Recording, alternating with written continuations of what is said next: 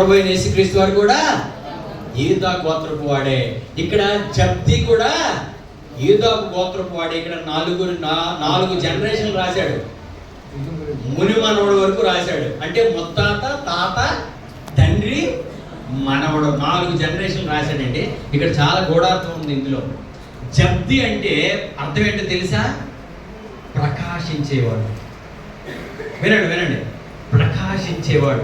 జబ్ది కుమారుడు ఎవరమ్మా? జబ్ది మనవడులో కర్మీ కుమారుడు. కర్మీ అంటే జబ్ది తర్వాత పేరేంటి? కర్మీనా? తర్వాత కాదు 4 పేర్లు 4వ ఆకారం. జలహు అంటే జరాహు అంటే ప్రకాశించేవాడు. జబ్ది అంటే దేవుడికి తోడై ఉన్నవాడు, దేవుడి యొక్క బహుమానము. 3వ ఎవరమ్మా? కర్మి అంటే ఫలించేవాడు. ఈ 3 మంచోడు. ఆకాన్ అంటే శపింపబడిన వాడు, నష్టపరిచేవాడు, నష్టపోయేవాడు. 4 జనరేషన్ 4 పేర్లు చెప్తున్నాడు అక్కడ స్పష్టంగా చెప్పి. ఈ ఆకాన్ ఏం చేస్తాడంటే శపింపబడిన దాన్ని తీసుకుంటాడు. అంటే అక్కడ శరీరాన్ని జయించలేకపోతాడు ఆకాన్. ఎప్పుడైతే శరీరాన్ని జయించలేడో, అక్కడ శపితమైన తీసుకుంటాడో, ఈ పట్టణం చిన్ని పట్టణం, మన శరీరం కూడా చిన్నదే, లోకంతో పోల్చుకుంటే చిన్ని శరీరం మంది. ఆ చిన్ని శరీరాన్ని పర్వాలేదు అనుకొని 3000 మందిని పంపిస్తాడు జయించడానికి.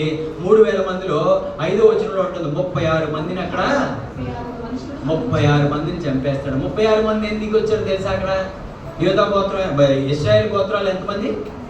12 మంది. అక్కడ ఏం చేశాడు? 3 రెట్లు వారిని చంపించేశాడు దేవుడు. ఎందుకు? అక్కడ శరీరానికి సాదృశ్యంగా ఉన్న హాయి పట్టణాన్ని జయించలేక ఇక్కడ శపింపబడిన దాని ఆకారం ఒక్కడ తీసుకున్నాడు. మన సంఘంలో కూడా అందరూ బాగుంటే ఒక్కడు పాడైపోయినా కూడా సంఘం ఏమవుతుందండి?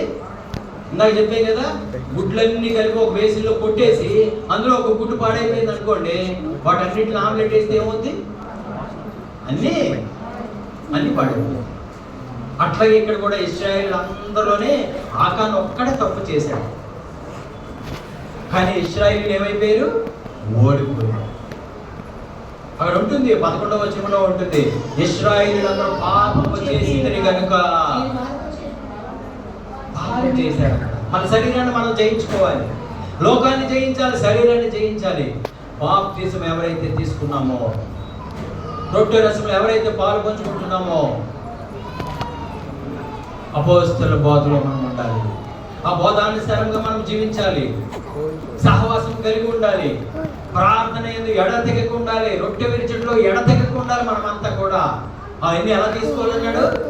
స్థిరమైన మనస్సు కలిగి ఉండాలి, సహవాసం కలిగి ఉండాలి, ఇంకా సమాధానం, విశ్వాసం కలిగి ఉండాలి. ఇవన్నీ లేకపోతే క్రైస్తవ జీవితము వృధా. వారు కొంతగా బాప్తిజం తీసుకొని ఉండొచ్చు, మనందరం ఎంతో కాలంగా తీసుకొని ఉన్నాం. మరి ఎంతో కాలంగా మనము కూడా దీన్ని కొనసాగించే వారిలా ఉండాలి, అభివృద్ధి పరుచుకునే వారిలా ఉండాలి. ప్రభు వస్తే ఆయన న్యాయపీఠం ఎదుట మనము నిర్భయంగా ఎదుర్కొనే వారిలా ఉండాలి. ఆ జీవ గ్రంథంలో మన పేర్లు లిఖించబడాలి. ఇదే బాప్తిజం యొక్క అర్థం, క్రైస్తత్వం యొక్క అర్థం. మనకి సహవాసము, సంఘము ఎందుకు కావాలనేది ఈ బాప్తిజంలోనే ఇమిడి ఉన్నది. మీరందరూ, మనందరం దేవుని వాక్యం ద్వారా ఇవి తెలుసుకున్నామని నేను నమ్ముతూ ఉన్నాను. మరి తిమోతి, మరి మీ సంఘం వారంతా మరొకసారి అవకాశం ఇచ్చారు. మీ అందరికీ కూడా నా నిండైన వందనాలు తెలియజేస్తున్నాను. మరొకసారి అవకాశం ఉంటే మరొకసారి మరలా మన అందరం దేవుని వాక్యాన్ని ధ్యానించుకుందాం. అందరికీ వందనాలు తెలియజేస్తాం.